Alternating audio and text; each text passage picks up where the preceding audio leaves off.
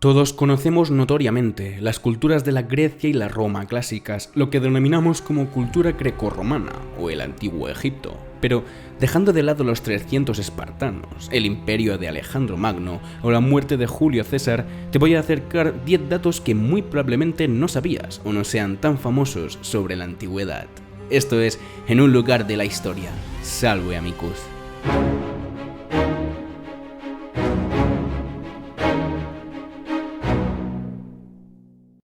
Número 1. El término bárbaro.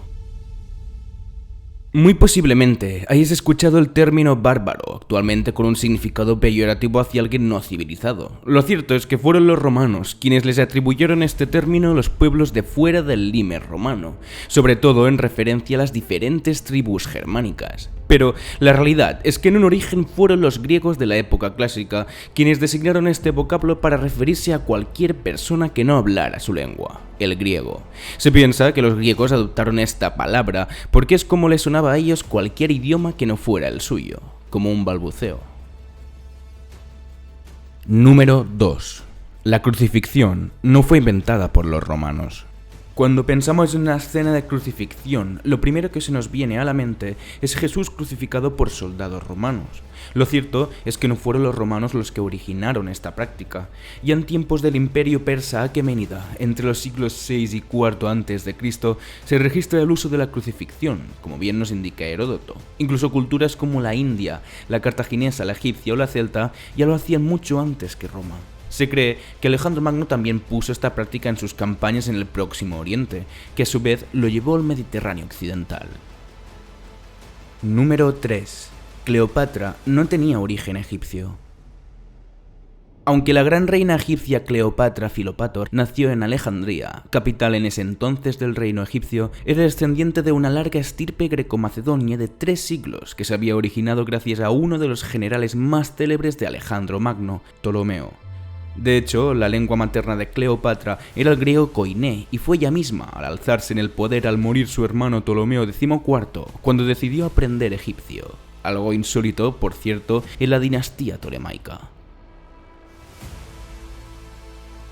Número 4. Los vomitoria romanos. Entre uno de los muchísimos bulos históricos que ha sufrido el devenir del conocimiento de la antigua Roma, uno de los más relevantes es el que cuenta que los romanos vomitaban su ingesta de comida para seguir comiendo, incluso hasta existía un lugar acondicionado para hacerlo, el vomitorium. Lo cierto es que la provocación del vómito está atestiguada como tratamiento médico desde la antigüedad, pero no era una costumbre frecuente ni popular en los banquetes, ni tampoco existían lugares en las casas romanas para hacerlo, aunque esta práctica sí se produjo en ciertos momentos de exceso y opulencia concretos asociados solamente con ciertos emperadores. Precisamente, el autor Séneca escribió una crítica a estos excesos morales donde afirmaba: comen para vomitar y vomitan para seguir comiendo, lo que con el tiempo ha sido malinterpretado como indicio de una costumbre generalizada.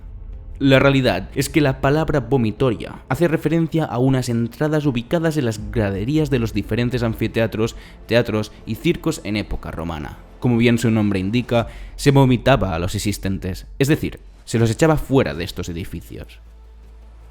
Número 5. El origen de la cirugía plástica en el Antiguo Egipto. Aunque se pueda pensar que la cirugía plástica y estética es algo reciente, nada más lejos de la realidad. El papiro Edwin Smith fue adquirido, como bien indica su nombre, por Edwin Smith en Luxor, Egipto, a mediados del siglo XIX. Data del 1600 a.C., durante la dinastía XVII del convulso segundo periodo intermedio. En este papiro encontramos tratamientos de cirugía estética para heridas de guerra, además de descripciones anatómicas. Se cree que el contenido pudo haberse copiado de otros documentos médicos aún más antiguos, por el tipo de escritura arcaica que contiene. Está considerado además como el documento médico científico más antiguo del mundo que se tenga constancia. Número 6. Las primeras momias registradas no fueron egipcias. Aunque las momias mejor conocidas y más estudiadas son las del periodo del Antiguo Egipto, ya mucho antes una cultura sudamericana ubicada al norte del actual Chile utilizaba este método para sus habitantes muertos. Estamos hablando de la cultura chinchorro, un pueblo de cazadores, recolectores, pescadores que habitó las costas del desierto de Atacama entre los años 7000 y 1500 a.C. Las evidencias arqueológicas han estimado que hace más o menos 5.000 años que este pueblo empezó a hacer la técnica de momificación, mucho antes que los propios egipcios. Se piensa que las altas concentraciones de arsénico en el Valle de Camarones, donde habitaban, podrían haber llevado a altas tasas de mortalidad infantil y severos abortos para esta cultura, dando pie, emocional y socialmente, a iniciar los ritos funerarios de la momificación, sobre todo la infantil. Número 7. Los etruscos, los desconocidos padres de Roma. Los etruscos fueron un pueblo de la antigüedad que habitó las regiones de la actual Toscana e Italia central entre el siglo X a.C. hasta la absorción cultural de la creciente República Romana durante el siglo III a.C. De hecho, la cultura romana debe mucho a la etrusca, puesto que los primeros reyes de la temprana monarquía romana fueron de este pueblo, y aunque Etruria fue una cultura que se desarrolló urbanamente durante el siglo VII y dejó su profunda huella en Roma, tanto a nivel político como cultural, lo cierto es que aún desconocemos muchos datos sobre su origen como pueblo. De hecho, a diferencia de la mayoría de lenguas de la Italia antigua, de la que nuestro castellano proviene, el etrusco es una lengua no indoeuropea. Además de su lengua, el origen de este pueblo también es incierto, ya que mientras que muchos autores nos cuentan que su pueblo se originó a partir de las comunidades indígenas del Bronce final de la Italia central, otros explican que su origen está en gentes venidas de Anatolia o el Egeo, es decir, de la actual Turquía o Grecia. Aún así, recientes investigaciones del genoma etrusco han revelado que guarda una estrecha relación con los pueblos de la Italia central como el latino o el falisco, pero este estudio no ha conseguido aún desentrañar los interrogantes de la lengua etrusca que, como la vasca, no entendemos aún de dónde viene exactamente. Número 8. La primera computadora mecánica en la antigüedad. El mecanismo de Anticitera representa el primer instrumento de relojería mecánico que medía, a través de la posición del Sol, la Luna y los planetas, los días del mes. Se piensa que este extraordinario hallazgo arqueológico se inventó alrededor del 200 a.C. por científicos griegos que con sus conocimientos astronómicos consiguieron realizar una hazaña muy avanzada a su tiempo. El mecanismo, que se encontró al fondo del mar Egeo en 1901, junto con otras estatuas, ánforas y mercancías en un navío mercante griego naufragado, podía además predecir eclipses, calcular eventos relacionados con las estrellas, realizar mapas de las fases de la Luna, mostrar el curso de las estaciones del año, entre otras predicciones astronómicas. Compuesto como un mecanismo de relojería, el mecanismo tiene unos 69 engranajes de bronce.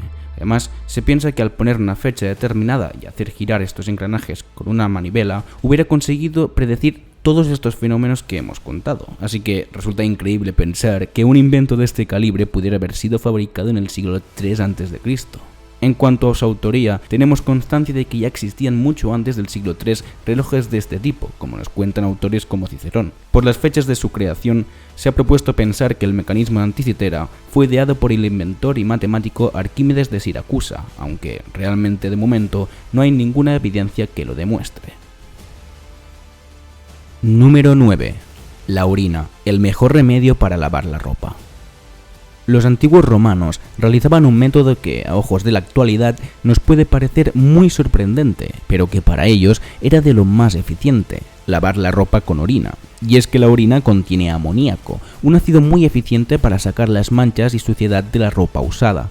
De hecho, en las antiguas lavanderías romanas, conocidas como fulónica, la ropa se sumergía en una solución altamente concentrada de orina antes de que se lavara con agua limpia en otras vasijas. Pero este método, aunque extendido y ordinario, fue en ciertos momentos del imperio un asunto económico y controvertido, ya que el propio emperador Vespasiano, entre los años 69 y 79 después de Cristo, impuso un tributo sobre la orina humana. Así que, a partir de ese momento, el lavar la ropa con orina se convirtió en algo caro. Número 10. La primera mujer matemática. Hipatia de Alejandría fue una filósofa y maestra neoplatónica que vivió entre los años 355 o 370 al 415 después de Cristo. Su figura es muy importante porque es considerada como una de las primeras mujeres científicas de la historia. Vivió en Alejandría, Egipto, entonces parte del Imperio Romano de Oriente. Escribió sobre geometría, álgebra y astronomía. Mejoró y construyó instrumentos astronómicos como el planisferio, el densímetro y el astrolabio. Este último servía para reconocer las posiciones de las estrellas sobre la bóveda celeste. Además, fue una maestra carismática que dejó una profunda huella en sus discípulos, tanto paganos como cristianos, algunos de ellos también importantes científicos de la época como Sinesio de Cirene. Su defensa del neoplatonismo la llevó a tener muchos enemigos, sobre todo dentro de la Iglesia y la religión cristiana, la cual ya llevaba mucho tiempo asentándose como la fe suprema del imperio, y, precisamente, el emperador Teodosio la había oficializado como la religión principal en el año 380. Aunque Hipatia respetó y enseñó por igual tanto a cristianos como paganos, fue víctima de una turba de cristianos que la asesinaron en Alejandría, ya que veían en su figura un problema para el creciente poder eclesiástico ortodoxo cristiano de Egipto. Sin embargo, Hipatia pasó a la historia y se convirtió de alguna manera en uno de los últimos símbolos del pensamiento helénico platonista de la antigüedad tardía, que veía al cristianismo como una fe suprema imparable y en auge. Está claro que la historia y la arqueología no nos dejan de sorprender día tras día con nuevas curiosidades, datos y evidencias que nos ayudan a comprender mejor las costumbres, vidas y sucesos de la antigüedad. Espero que este vídeo os haya gustado, y si hay algún dato que no sabíais o alguno que quisierais que hubiera puesto en la lista, hacedmelo saber en los comentarios. Muchas gracias por ver el vídeo y llegar hasta aquí. Dadle me gusta si os ha gustado y compartidlo con vuestros familiares y amigos para que también sepan 10 datos sobre la antigüedad que muy probablemente no conozcan. No olvides suscribirte y recuerda, un pueblo que no conoce su historia está condenado a repetirla. Esto es En un lugar de la historia. Walete amicus.